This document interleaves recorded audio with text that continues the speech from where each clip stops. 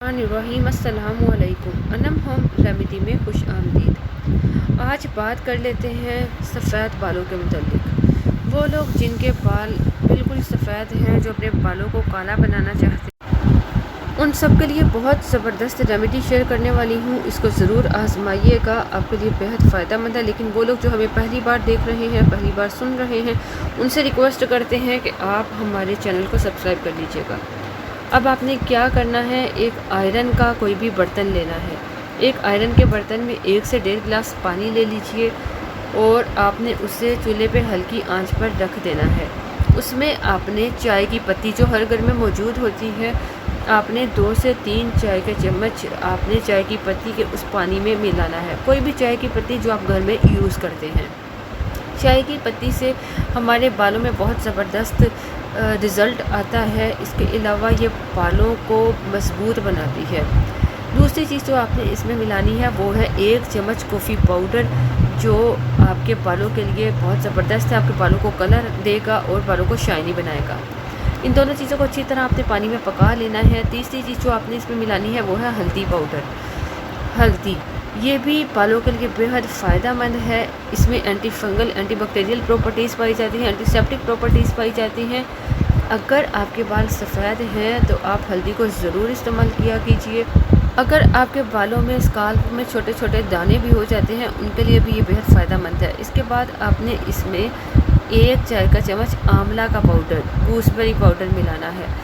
अगर आपके पास आंवला खुश्क है, उसको पीसकर पाउडर बना लीजिए, वरना डायरेक्ट आंवला भी मिला सकते हैं 1 चम्मच। अब इसे आपने 3-4 मिनट के लिए हल्की आंच पर अच्छी तरह से पकाना है। जब उस पानी में अच्छा सा कलर आ जाए, इन चीज़ों का असर निकल आए, तो आपने चूल्हे को बंद कर देना है, फ्लेम को बंद कर देना है और इसको आपने रूम टेम्परेचर पर ज़रा ठंडा होने देना है। जब ये थोड़ा ठंडा हो जाए, लेकिन लोहे की कढ़ाई में बनाइएगा, जब ये थोड़ा ठंडा हो जाए तो आपने इसको छान लेना है। क्योंकि इसमें चाय की पत्ती डाली है तो वो बालों में फंस जाएगी, चिपक जाएगी। इसके लिए आपने इस पानी को छान लेना है। चाहे तो आप जो रेगुलर शैम्पू है जो आप इस्तेमाल करते हो, उसमें आप इसको मिलाकर लगा लो, ठीक है। दूसरा ऑप्शन भी है, मैं आपको बताती हूँ। आप ऐसा करें, इसमें आप कैस्टर ऑयल या अलसी का तेल भी मिला सकते हैं 1 चम्मच। अगर नहीं अवेलेबल तो आप सरसों का तेल मिला लीजिए। आपने इसको अच्छी तरह से मिक्स कर लेना है और इसे अपने बालों पर अच्छी तरह से अप्लाई कीजिए। आपने शैम्पू करने से 1-1.5 घंटा पहले इस पानी को अपने बालों पे अप्लाई करना है। आप चाहो तो रात को सोने से पहले भी अप्लाई कर सकते हो, अगर आपको रात को सोने से पहले से लगाने में कोई परेशानी नहीं है। इसे अच्छी तरह अपने बालों की जड़ों पर लगाइए, सिरों से जड़ों पर लगाइए, लगाकर हल्के हल्के हाथों से मसाज कीजिए। उसके बाद छोड़ दीजिए। इसके बाद आप इसको किसी भी माइल्ड शैम्पू से शैम्पू कर लीजिएगा। मोहतरम ख़वातीनो हज़रात, अगर आप इसमें तेल नहीं मिलाना चाहते या तेल नहीं लगाना चाहते तो डायरेक्ट आप इसमें शैम्पू भी मिला सकते हैं, ठीक है। इसमें डायरेक्ट शैम्पू मिला लीजिए तेल की जगह और इसको अपने बालों पे लगा लें। आधे पौने घंटे के बाद अपने बालों को वॉश कर लीजिए।